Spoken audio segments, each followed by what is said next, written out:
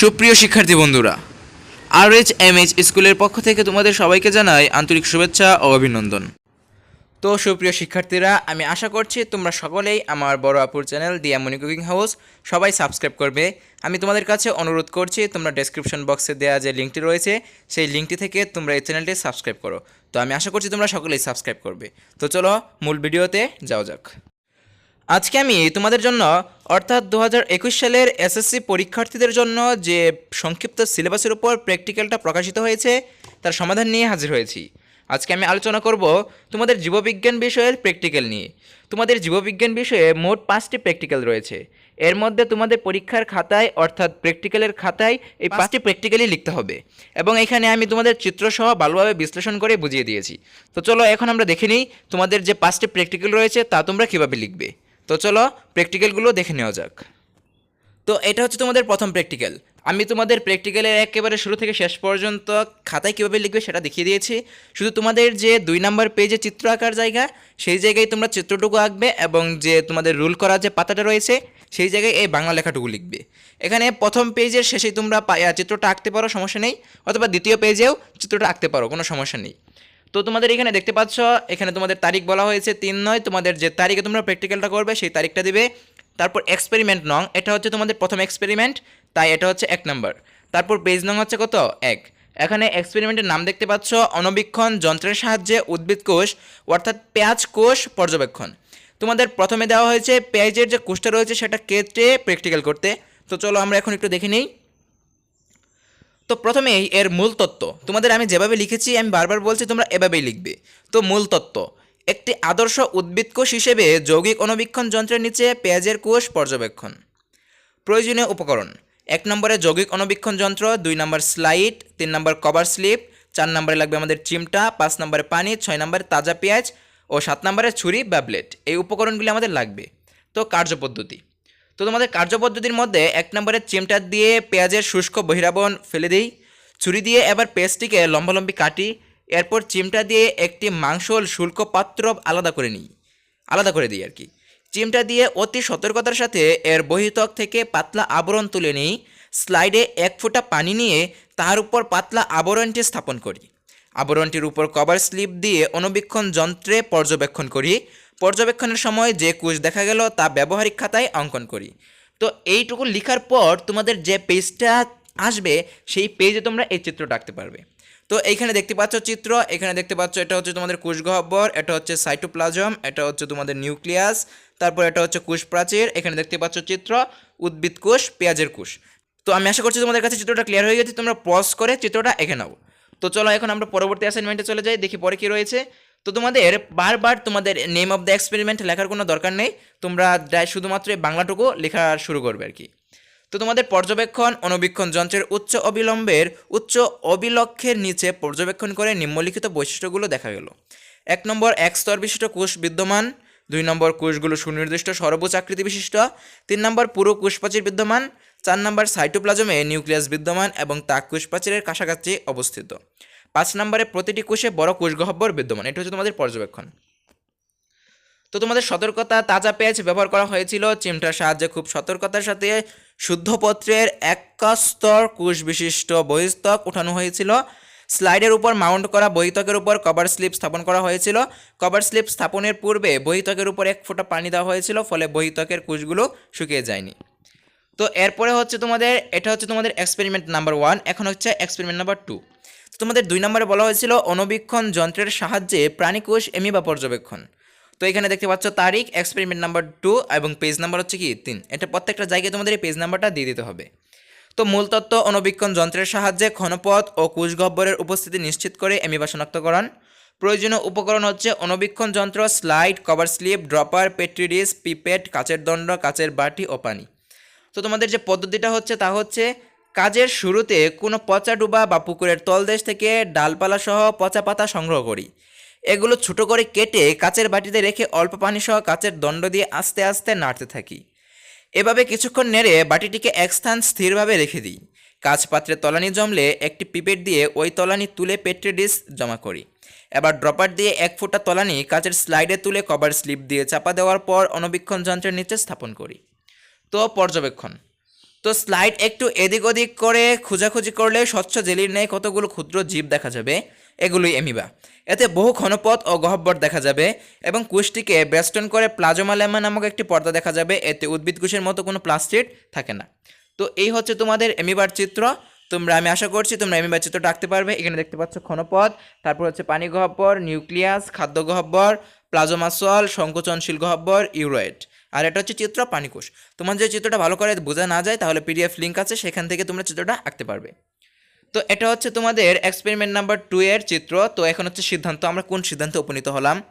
তো পর্যবেক্ষণকৃত প্রদত্ত নমুনাতে বহু ঘনপথ ও গহ্বর বিদ্যমান এবং কোষটিকে বন্টন করে আর কি প্লাজমা লেমা নামক একটি পর্দা উপস্থিত। অতএব প্রদত্ত নমুনাটি প্রাণীকোষ বা অ্যামিবা। সতর্কতা, অবশ্যই পচা ডুবা বা পুকুরের তলদেশ থেকে ডালপালা সহ পচা পাতা সংগ্রহ করতে হবে। অনুবীক্ষণ যন্ত্রটি ভালোভাবে সেট করতে হবে। স্লাইডের উপর নমুনাটি দিয়ে কভার স্লিপটি ভালোভাবে বসাতে হবে। স্লাইডটি অনুবীক্ষণ যন্ত্রের অবিলক্ষের নিচে বসিয়ে অবিলক্ষকে বিভিন্ন দিকে ঘোরাতে হবে। তো এখন আমরা যেটি দেখব তা হচ্ছে তোমাদের এক্সপেরিমেন্ট নাম্বার 2 কমপ্লিট। এখন আমরা দেখব এক্সপেরিমেন্ট নাম্বার 3। তো এখানে তারিখ, এক্সপেরিমেন্ট নাম্বার হচ্ছে 3, পেজ নং হচ্ছে 5। নেম অফ দ্য এক্সপেরিমেন্ট হচ্ছে সালোক সংশ্লেষণ প্রক্রিয়ায় আলুর অপরিহার্যতার পরীক্ষা। তো এখন আমরা দেখব মূল তত্ত্ব। সালোক সংশ্লেষণ এমন একটি জৈব রাসায়নিক প্রক্রিয়া যার মাধ্যমে উদ্ভিদ কোষস্থ ক্লোরোপ্লাস্ট সূর্যরশ্মির ফোটন থেকে শোষণকৃত শক্তি কাজে লাগিয়ে বায়ুমণ্ডলস্থিত কার্বন ডাইঅক্সাইড এবং কোষস্থ পানি ও অন্যান্য জৈব রাসায়নিক পদার্থের মধ্যে বিক্রিয়া ঘটিয়ে শর্করা জাতীয় খাদ্য প্রস্তুত করে। তো এটা হচ্ছে তোমাদের মূল তত্ত্ব। তারপর হচ্ছে পরীক্ষার উপকরণ। তো টবে লাগানো সবুজ পাতা বিশিষ্ট একটি গাছ, কালো কাগজ, 95% ইথাইল অ্যালকোহল, 1% আয়োডিন দ্রবণ, ক্লিপ, পেট্রি ডিশ, টেস্ট টিউব, বিকার, বুনসেন বার্নার বা spirit lamp, dropper, food sap.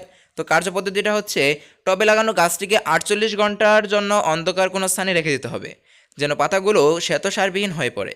অন্ধকারে রাখা গাছটির একটি পাতার একাংশের উভয় দিক কালো কাগজ দিয়ে আবৃত করে ক্লিপ দিয়ে আটকে দিতে হবে যেন ওই অংশে সূর্যালোক প্রবেশ করতে না পারে। এরপর গাছসহ টবটিকে সূর্যালোকে রেখে দিতে হবে। তো 6 থেকে 7 ঘন্টা পর গাছ থেকে পাতাটিকে ছিঁড়ে এনে কালো কাগজ খুলে ফেলে পানিতে কয়েক মিনিট সিদ্ধ করতে হবে। এরপর পাতাটিকে ক্লোরোফিল মুক্ত করার জন্য 95% ইথাইল অ্যালকোহল সিদ্ধ করতে হবে যতক্ষণ না পর্যন্ত পাতাটি বিবর্ণ হয়। এবার সিদ্ধ বর্ণহীন পাতাটিকে অ্যালকোহল থেকে তুলে পানিতে ধুয়ে নিয়ে আয়োডিন দ্রবণে ডুবাতে হবে। দুর্ঘটনা এড়ানোর জন্য অ্যালকোহল সিদ্ধ করার সময় সরাসরি তাপ না দিয়ে টেস্ট টিউবে অ্যালকোহল এবং পাতা নিয়ে টেস্ট টিউবকে বিকারের পানিতে রেখে দিতে হবে। তো এই হচ্ছে তোমাদের প্রক্রিয়া, অর্থাৎ পরীক্ষণের কার্যধাপ সমূহ, অর্থাৎ কীভাবে আমরা এই পরীক্ষাটা সম্পন্ন করেছি। তো এখন আমরা চিত্রটা যদি দেখি তাহলে এখানে দেখতে পাচ্ছ একটা ফুলের টব দেওয়া রয়েছে, এখানে দেখতে পাচ্ছ কালো কাগজ দিয়ে মোড়ানো রয়েছে। তো এইভাবেই তোমরা চিত্রটা আঁকার চেষ্টা করবে। চিত্র সালোক সংশ্লেষণ প্রক্রিয়ায় আলুর অপরিহার্যতার পরীক্ষা। তো আমি আশা করছি তোমাদের কাছে চিত্রটা ক্লিয়ার হয়ে গেছে। তো চলো এখন আমরা পরেরটুকু দেখে নিই। তো এখানে দেখতে পাচ্ছ আমি বারবার বলছি যে তোমাদের বারবার এক্সপেরিমেন্টের নামটা লেখার কোনো প্রয়োজন নেই। তো এখানে পর্যবেক্ষণ হচ্ছে আয়োডিন দ্রবণ থেকে উঠিয়ে আনলে দেখা যাবে পাতাটির কালো কাগজ দিয়ে আবৃত অংশ ছাড়া বাকি সবটুকু অংশই নীল বা গাঢ় বেগুনি বা কালো বর্ণ ধারণ করেছে। সিদ্ধান্ত, শ্বেতসার এবং আয়োডিনের দ্রবণের মধ্যে রাসায়নিক বিক্রিয়ার ফলে শ্বেতসার নীল বা গাঢ় বেগুনি বা কালো বর্ণ ধারণ করবে। কালো কাগজ দিয়ে আবৃত অংশে সূর্যালোক পৌঁছাতে পারে না, ফলে পাতার ওই অংশে সালোক সংশ্লেষণ হয় না বলে শ্বেতসারও প্রস্তুত হয় না। শ্বেতসার প্রস্তুত হয় না বলে পাতার আবৃত অংশ আয়োডিন দ্রবণে বিক্রিয়া করে নীল বা গাঢ় বেগুনি বা কালো বর্ণ ধারণ করে না। কিন্তু অনাবৃত অংশে সূর্যালোক পড়েছিল বলে ওইসব স্থানে শ্বেতসার উৎপন্ন হয়েছে। এতে প্রমাণিত হয় সালোক সংশ্লেষণ তথা শ্বেতসার প্রস্তুতের জন্য আলো অপরিহার্য। তো এখন আমরা সতর্কতা। পরীক্ষার পূর্বে টবের গাছটি যেন বেশ কিছু সময়ের জন্য অন্ধকারে রাখা হয়। কালো কাগজ এমন হতে হবে যেন তার মধ্যে দিয়ে সূর্যালোক প্রবেশ করতে না পারে। পরীক্ষা চলাকালীন কমপক্ষে 6 থেকে 7 ঘন্টা পূর্বে টবটিকে সূর্যালোকে রাখতে হবে। অ্যালকোহল পাতাটিকে সিদ্ধ করার সময় সরাসরি তাপ না দেওয়াই ভালো। তো এখন আমরা দেখব তোমাদের 3 নম্বর এক্সপেরিমেন্টটা কমপ্লিট। এখন আমরা 4 নম্বর এক্সপেরিমেন্ট দেখব। তো তোমাদের 4 নম্বর এক্সপেরিমেন্টে যেটা বলা হয়েছে তা হচ্ছে শ্বসন প্রক্রিয়ায় তাপ নির্গমনের পরীক্ষা। তো এখন আমরা দেখব মূল তত্ত্ব। সকল সজীব কোষে শ্বসন ক্রিয়া ঘটে থাকে। অক্সিজেনের উপস্থিতিতে সবাত শ্বসন প্রক্রিয়ায় খাদ্যদ্রব্য জারিত হয়ে শক্তি ও কার্বন ডাইঅক্সাইড উৎপন্ন হয়। সবাত শ্বসন প্রক্রিয়া চলার সময় তাপও উৎপন্ন হয়। এখন আমরা উপকরণ: 2টি থার্মোফ্লাক্স, 2টি থার্মোমিটার, ছিদ্রযুক্ত 2টি রাবার কর্ক, অঙ্কুরিত চুলা এবং 10% মার্কিউরিক ক্লোরাইড দ্রবণ। পদ্ধতিটা হচ্ছে একটি থার্মোফ্লাক্সের একটিতে ক এবং অন্যটিতে খ লেবেল লাগাতে হবে। ক চিহ্নিত থার্মোফ্লাক্সে সামান্য পানি সহ কিছু অঙ্কুরিত চুলা বীজ নিতে হবে। ছিদ্রমুক্ত রাবার কর্কের মধ্য দিয়ে একটি থার্মোমিটার প্রবেশ করানোর পর ফ্লাক্সের মুখটি ভালো করে বন্ধ করে দিতে হবে। অবশিষ্ট অঙ্কুরিত ছোলাগুলোকে 10% ফুটন্ত মার্কিউরিক ক্লোরাইড দ্রবণে 10 মিনিট ডুবিয়ে রেখে চিহ্নিত ফ্লাক্সে ছিদ্রযুক্ত কর্কের মধ্য দিয়ে একটি থার্মোমিটার ঢুকিয়ে ফ্লাক্সের মুখ ভালোভাবে আটকে দিতে হবে। এবার ক ও খ চিহ্নিত থার্মোমিটার দুটির প্রাথমিক তাপমাত্রা লিখে রেখে ফ্লাক্স দুটিকে রেখে দিতে হবে। তো এই হচ্ছে তোমাদের এই এক্সপেরিমেন্ট 4 নম্বরের চিত্র। দেখতে পাচ্ছ এখানে একটা থার্মোমিটার, দুইটা থার্মোমিটার রয়েছে, পিছনে অঙ্কুরিত ছোলা বীজ, মার্কিউরিক অ্যাসিড, এখানে দেখতে পাচ্ছ থার্মোমিটার, রাবার কর্ক, কাঠের বাক্স, তারপর অঙ্কুরিত সতেজ সার, মৃত বা নির্বীজিত বীজ, চিত্র শ্বসন প্রক্রিয়া, তাপ নির্গমনের পরীক্ষা। এইভাবেই তোমরা চিত্রটা আঁকার চেষ্টা করবে। তো এখন আমি দেখব তোমাদের 4 নম্বর এক্সপেরিমেন্টের বাকিটুকু। তো পর্যবেক্ষণ, কয়েক ঘন্টার পর দেখা যাবে ক থার্মোমিটার তাপমাত্রা বৃদ্ধি পাবে কিন্তু খ থার্মোমিটারের তাপমাত্রা অপরিবর্তিত থাকবে। সিদ্ধান্ত, ক থার্মোফ্লাক্সের অঙ্কুরিত ছোলাগুলো সজীব থাকায় শ্বসন প্রক্রিয়া অব্যাহত থাকে এবং তাপ নির্গমনের কারণে তাপমাত্রা বৃদ্ধি পায়। অন্যদিকে খ ফ্লাক্সের ছোলাগুলো মার্কিউরিক ক্লোরাইড দ্রবণে ডুবিয়ে নেওয়াতে বীজগুলো মরে যায় ও নির্বীজ হয়, ফলে শ্বসন প্রক্রিয়া ব্যাহত হওয়ার তাপমাত্রা অপরিবর্তিত থাকে। তো এখানে দুইটি সতর্কতা অবলম্বন করতে হবে, লক্ষ্য রাখতে হবে যেন বীজগুলো সদৃশ অঙ্কুরিত হয় আর থার্মোমিটার পারদপূর্ণ অংশটি যেন বীজের মাঝখানে থাকে। তো এই হচ্ছে তোমাদের 4 নম্বর এক্সপেরিমেন্টের সম্পূর্ণ অর্থাৎ প্র্যাকটিক্যালের। তো এখন আমরা দেখব 5 নম্বর প্র্যাকটিক্যালটি। তো তোমাদের 5 নম্বরে বলা হয়েছে আদর্শ ফুলের বিভিন্ন স্তবক পর্যবেক্ষণ।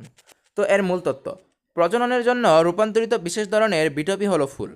একটি আদর্শ ফুলের 5টি স্তবক থাকে, এদের মধ্যে পুংস্তবক ও স্ত্রীস্তবক প্রজননের জন্য খুবই গুরুত্বপূর্ণ। অন্যান্য স্তবকগুলো সরাসরি অংশ না নিলেও প্রজননে গুরুত্বপূর্ণ সহায়তা প্রদান করে। তো এখন আমরা দেখব উপকরণ, একটি ফুল, ব্লেড, চিমটা, ব্লটিং পেপার।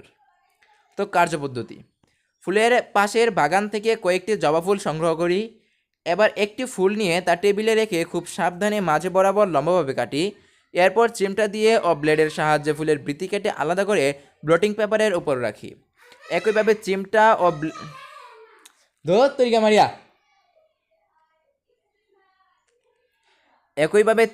ও ব্লেড দিয়ে ফুলের বাকি 4টি স্তবক অর্থাৎ পুষ্পাক্ষ, দলমণ্ডল, পুংস্তবক ও স্ত্রীস্তবক আলাদা করে প্রতিটি স্তবকের নিচে ছোটো কাগজ তাদের নাম লিখে পিন দ্বারা আটকে রাখি এবং পর্যবেক্ষণ করি।